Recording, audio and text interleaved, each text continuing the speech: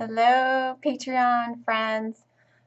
Excuse how I look. I just took a shower for the first time in 2 days and washed my hair. It's not completely dry, but it's frizzy and I've got crazy flyaways. Um, and I'm totally in my sweats and no makeup, whatever. But I wanted to give you guys an update on just everything that's been going on with videos and the new album and just everything. I was planning on writing a big blog post on Patreon, but I think it would have turned into a novel, so I'm just going to make a quick video and upload it as an unlisted video to YouTube so that you can just watch it when you have some spare time. Um, and normally, I think I would probably edit this and include some pictures and things like that, but maybe I will try and actually put that in the post when I upload it to Patreon. Um, I just don't have a lot of time to do edits on the video, so I'm just gonna upload this as is, so whatever happens, happens. But, so anyway, I hope you guys are all doing good. I'm doing good. I'm a little stressed. I've been really busy since January.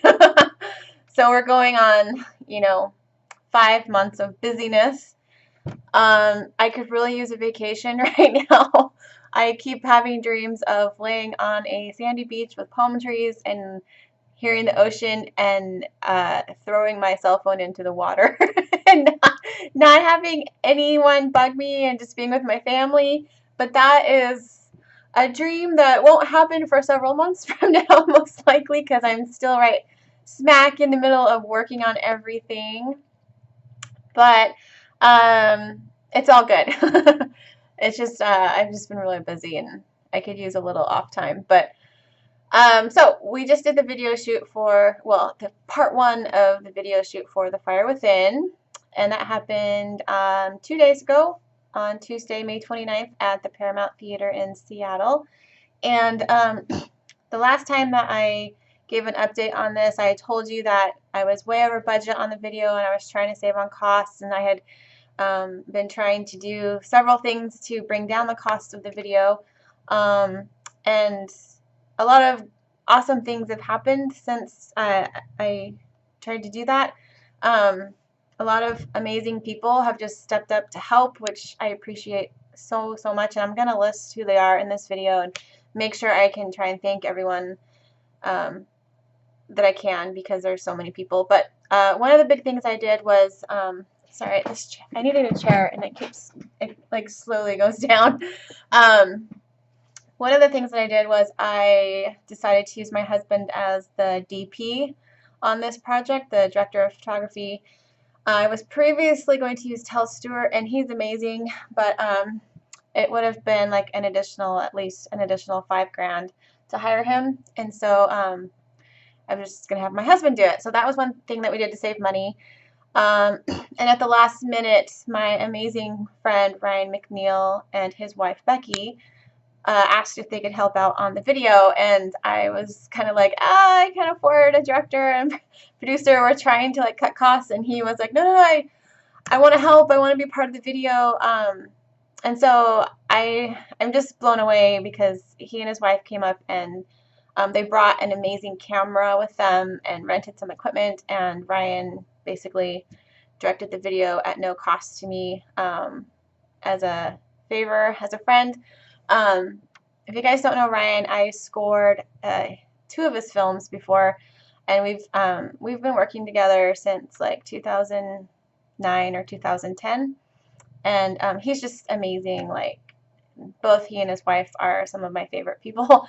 So they're just not only talented, but just generous and artistic, and like for Ryan as a director, he believes in my music so much that he wanted to contribute to this just to make it a standout video and raise the quality and make it like, he just felt like the music deserved that much higher quality of a video that he wanted to be part of it, even though I didn't have the budget to hire him. And so, yeah, he brought on just a lot of amazingness to the video that wouldn't have been there before.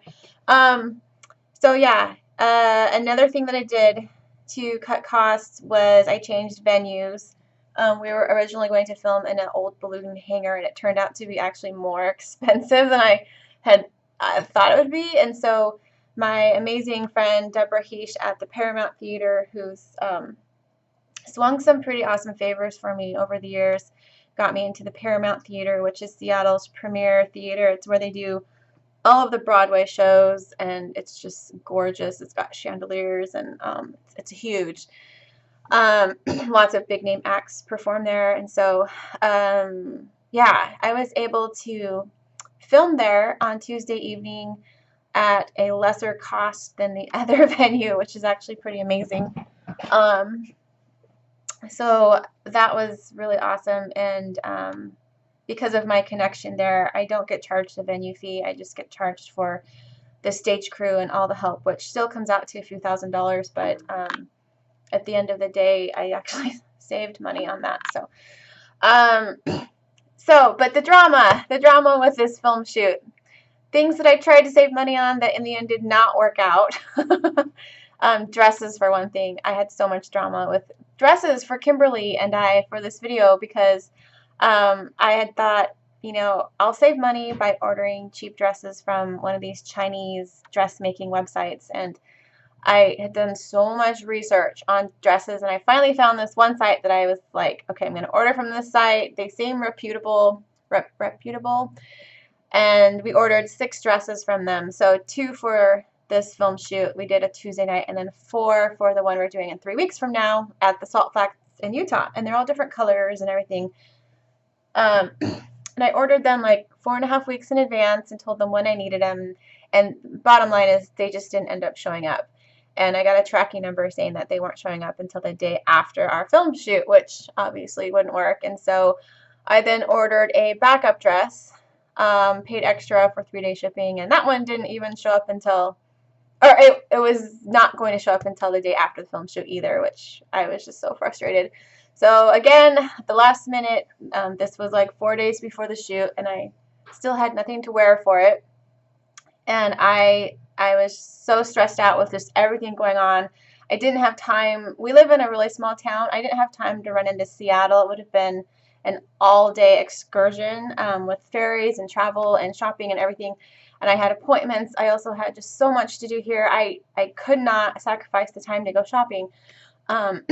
And so I put a post up on Facebook, and I had like 5 or 6 friends reply that basically turned into my shopping team, and they all went shopping at all the malls in Seattle. Even one of my patrons, Andy Hardy, went shopping for me in St. Louis because he actually was a part of my film shoot. He flew out here. Andy is amazing. Flew out here on his own expense because he wanted to be part and just help out, and he did behind the scenes video. He also was an on-site tailor for us. He fixed some of our wardrobe malfunctions, and he was just amazing.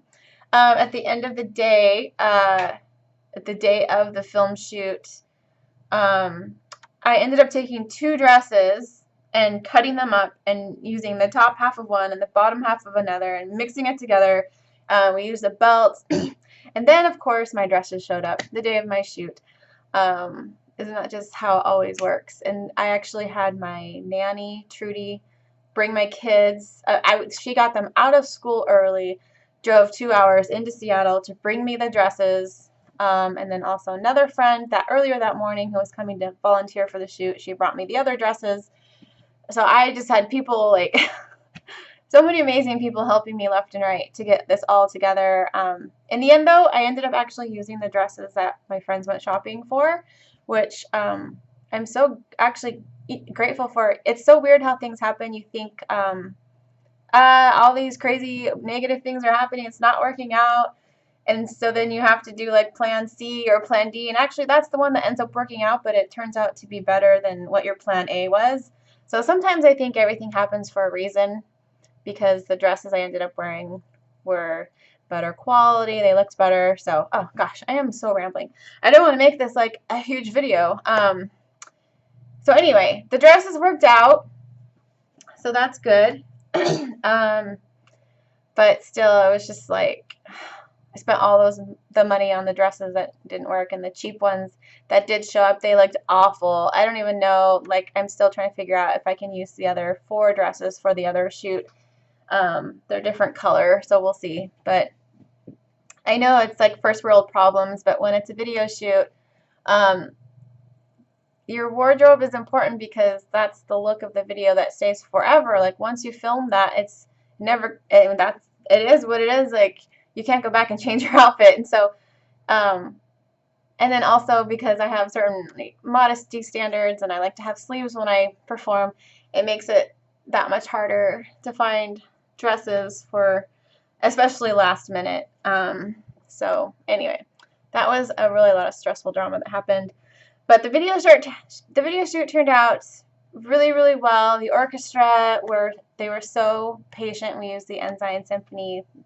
They all showed up, and they were there from 5:30 until 10:30. So they were there for 5 hours. They went an hour longer than we originally planned, but they just were so patient and awesome.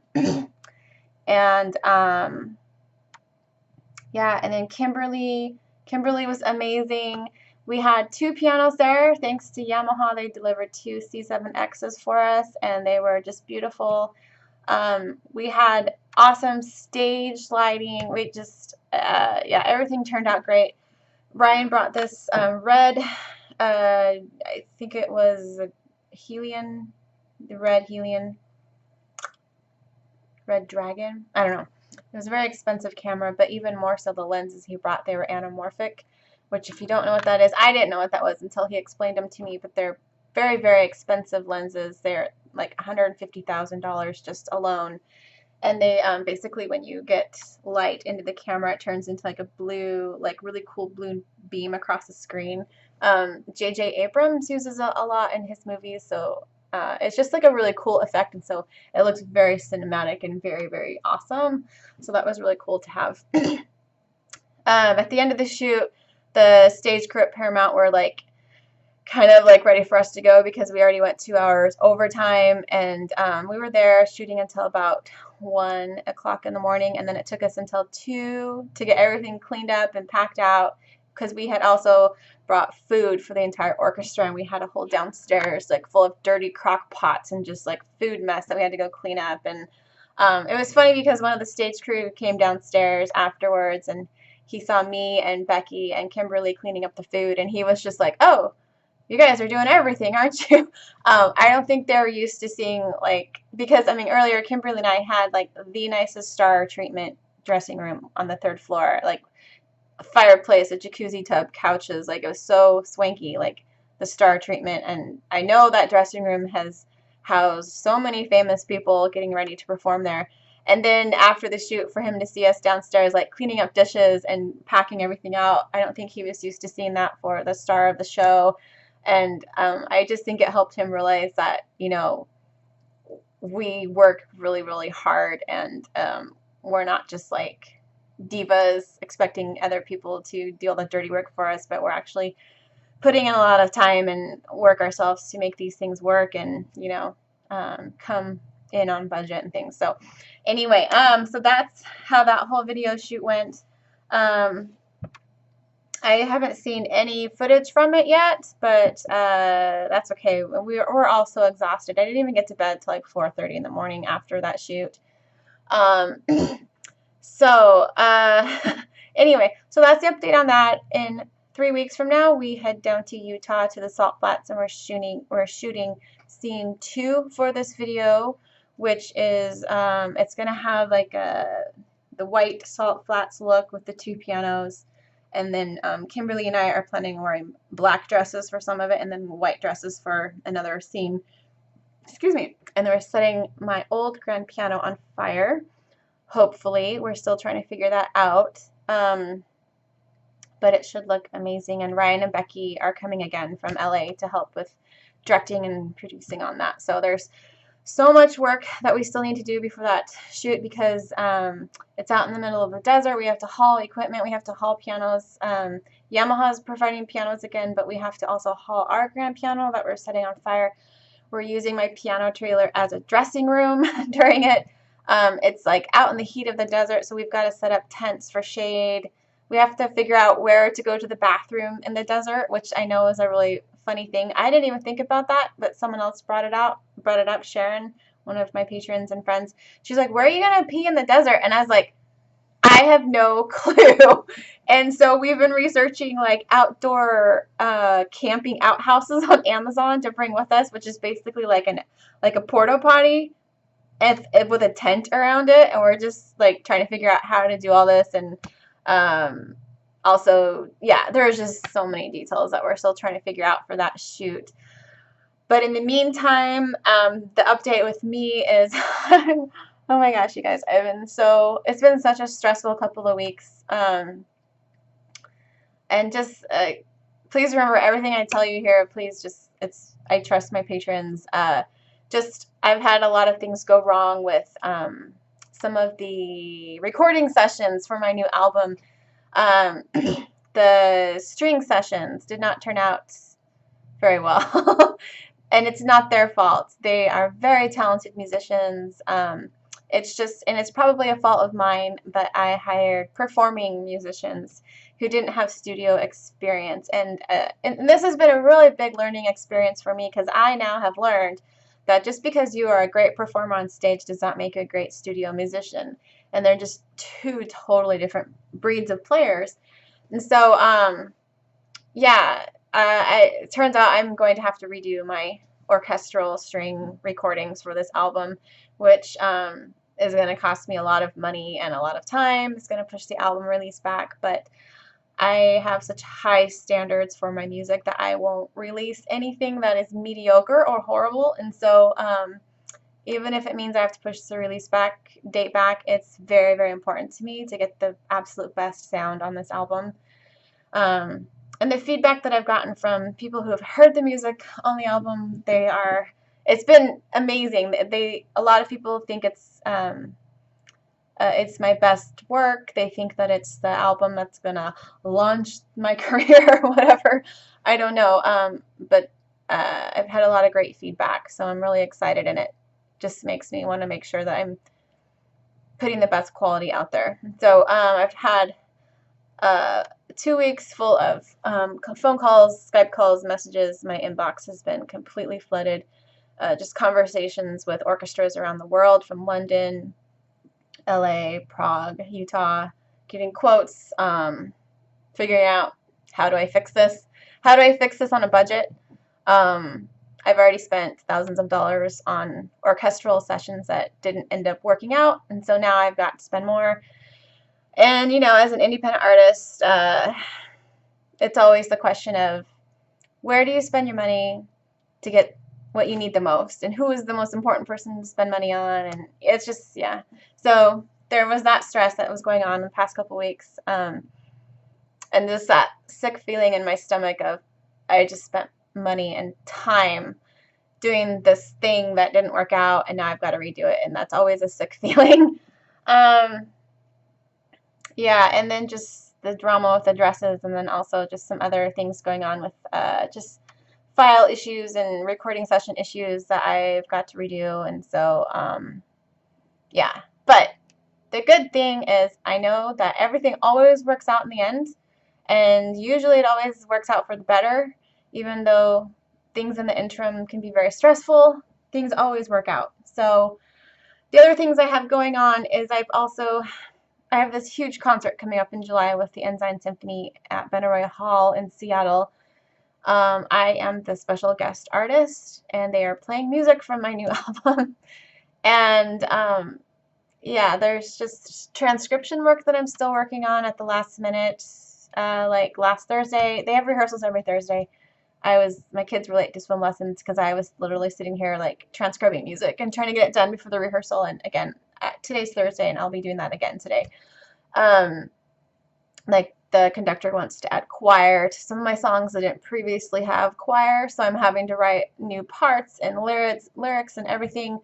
they want to perform Illumination in the concert, but my transcription for the orchestra is bad. I have to redo it, and all the files were corrupted, and so that's just another huge issue. Yeah, just trying to get ready for this concert. I have a photo shoot next week in Idaho at one of the Yamaha stores for my album cover. We have to redo the recording sessions, then we're going to go film for the video. What else? So much going on.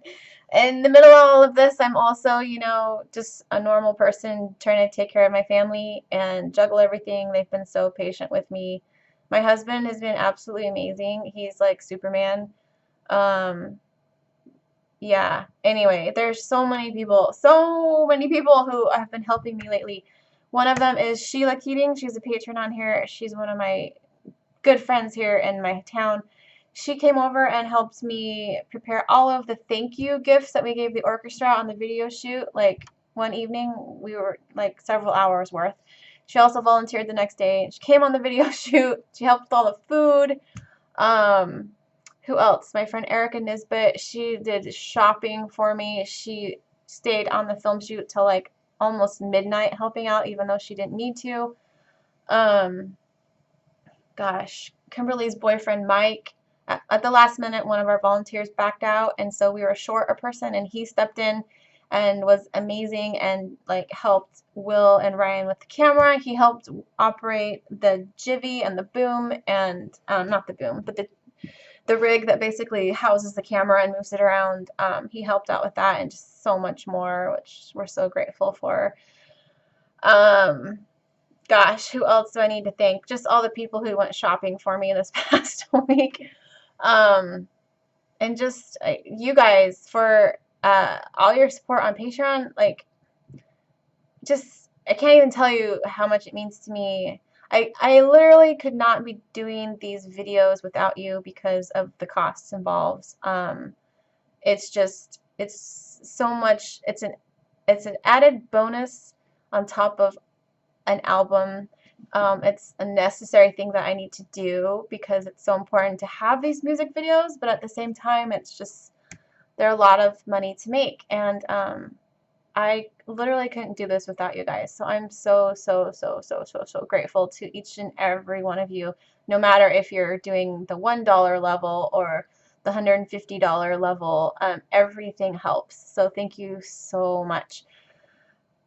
This has been 20 minutes long, so I'm going to end this, but in 3 weeks we shoot the other scenes for Fire Within.